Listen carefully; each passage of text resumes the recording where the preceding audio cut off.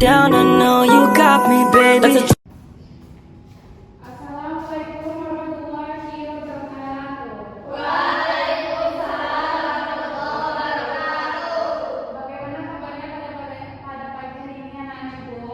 Alhamdulillah.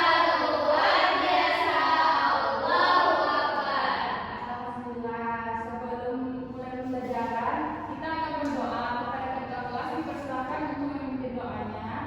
Kepada kalian silakan. Baik Ibu, baiklah teman-teman semuanya, sebelum pembelajaran pada pagi hari ini, mari kita berdoa. Berdoa selesai. Terima kasih Farina. Selanjutnya Ibu akan mengecek kehadiran terlebih dahulu. Baik Bu. Afrilia, Hadir Bu. Anjeli, Ira, hadir Bu. Trisuci, Hadir Bu. Farida, Hadir Bu. alhamdulillah semuanya hadir ya. Iya Bu. Nah, Ibu ingin bertanya sedikit nih kepada anak-anak Ibu semuanya. Siapa yang pernah berbicara di depan kelas atau di depan umum? Saya Bu. Biasanya Afrilia ngapain? Saat presentasi kelompok di kelas Bu. Oke, ada yang lain? Pada saat menyampaikan hasil diskusi Bu. Bagus sekali. Sekarang apa yang kalian rasakan ketika berbicara di depan kelas itu? Gugup Bu. Saya juga Bu, saya merasa takut salah berbicara. Kalau saya kurang percaya diri Bu. Ya biasanya itu hal yang biasa. Terkadang kita tidak terbiasa untuk berbicara di depan kelas, karena itu kita merasakan gugup dan tidak percaya diri. Nah, kemampuan berbicara di depan umum atau dalam sehari-hari itu biasanya sangat penting dalam kehidupan, bahkan ketika nanti bekerja. Berarti kemampuan berbicara itu harus dilatih terus ya Bu? Ya betul Pak Afrilia. Nah hari ini kita akan belajar tentang teks pidato persuasif. Setelah pembelajaran ini nanti Ibu akan menjelaskan tujuan pembelajaran kita. Yang pertama yaitu mengidentifikasi struktur teks pidato persuasif. Yang kedua itu menyusun teks persuasif sederhana, dan yang ketiga menyampaikan pidato persuasif dengan artikulasi, intonasi, ekspresi, kontak mata, dan rasa percaya diri di depan umum. Baik Bu. Nah, di sini Ibu akan mengerjakan materinya. Yang pertama itu teks pidato persuasif. Nah, kalian pasti sudah pernah kan latihan berpidato di kelas atau di depan yang hasil tugas dari guru yang diberikannya. Nah, di sini kita akan membahas cuma pidato teks persuasif saja, tapi Ibu akan menjelaskan kembali pidato itu apa. Pidato adalah kegiatan menyampaikan gagasan, informasi, pendapat atau pesan kepada halayak secara lisan dengan tujuan tertentu. Pidato dapat dilakukan dalam berbagai kegiatan seperti upacara, rapat, seminar, presentasi, maupun kegiatan resmi lainnya.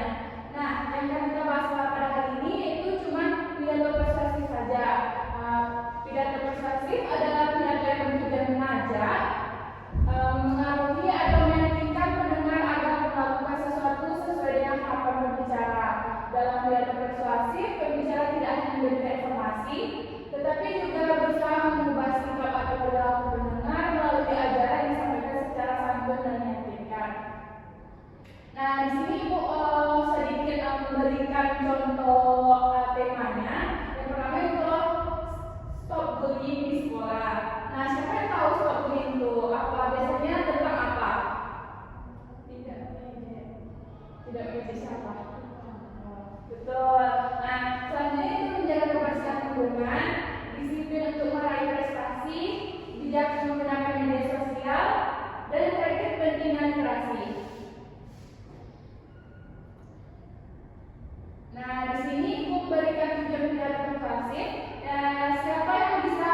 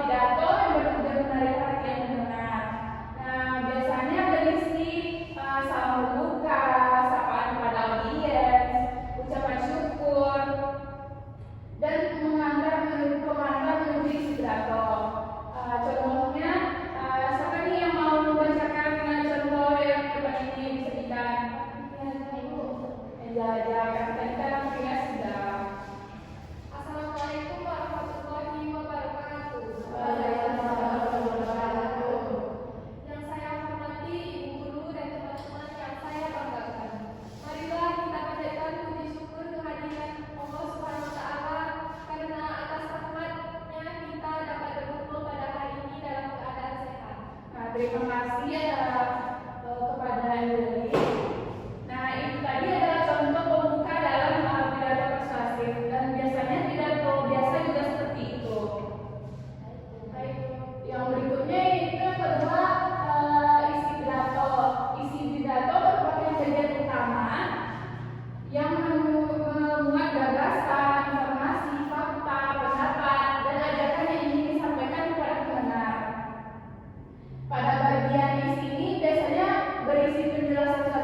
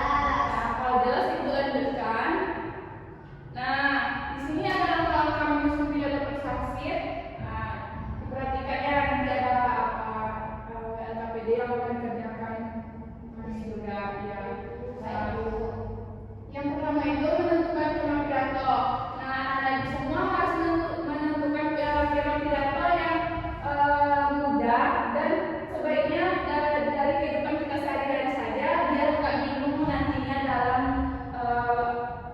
dalam membuat pidato. Nah, yang berikutnya menentukan tujuan pidato. Kita harus menentukan tujuan pidatonya juga agar nanti materi pidatonya lebih jelas dan lebih bagus. Yang ketiga yaitu menyusun kerangka pidato seperti pembuka, isi, dan penutup. Tadi kan anak itu sudah tahu pembuka, isi, dan penutupnya kan? Jadi kita harus membuat 3 kerangka tersebut. Kalau tidak kita buat misalnya isinya tidak ada, maka pidato tidak akan terjadi atau tidak baik. Yang berikutnya mengembangkan kerangka menjadi teks pidato lengkap. Nah, di sini kita harus mengembangkan pembuka, isi, penutup itu agar teks pidato tersebut lebih efektif untuk didengar oleh audiens. Yang berikutnya berlatih menyampaikan pidato. Nah, kita sebelum berpidato di depan orang audiens atau umum, kita harus berlatih dahulu agar semuanya tidak ada kegagalan atau tidak percaya diri dalam menyampaikan pidato. Yang terakhir, menyampaikan pidato di depan audiens. Nah, kalau menyampaikan pidato di depan audiens, kita harus berfokus dan kita harus tenang dalam menyampaikan, karena kalau kita grogi, maka audiens kita akan melihat kesalahan-kesalahan yang dalam kita membawakan pidato tersebut. Nah, di sini kita akan bagi kelompok karena kelompoknya tugasnya agak berat, jadi ibu berikan kelompok kalian satu saja, jadi kalian gabung semuanya. Baik, Bu. Ya, cuma satu kelompok aja. Nah, di sini ibu akan menayangkan pidato. Nanti kalian dengarkan dan menyimak secara baik ya. Baik ya Bu. Nah, Suci, dengar ya. Baik Bu. Sudah jelas sampai belakang?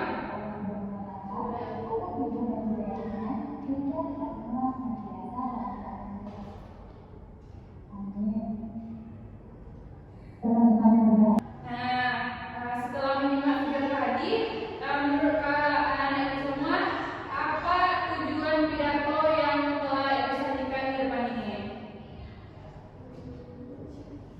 Oke, Karina. Untuk mengajak mendengar tentang dirinya sendiri Bu. Bagus. Menurut kalian, apakah pidato tadi memiliki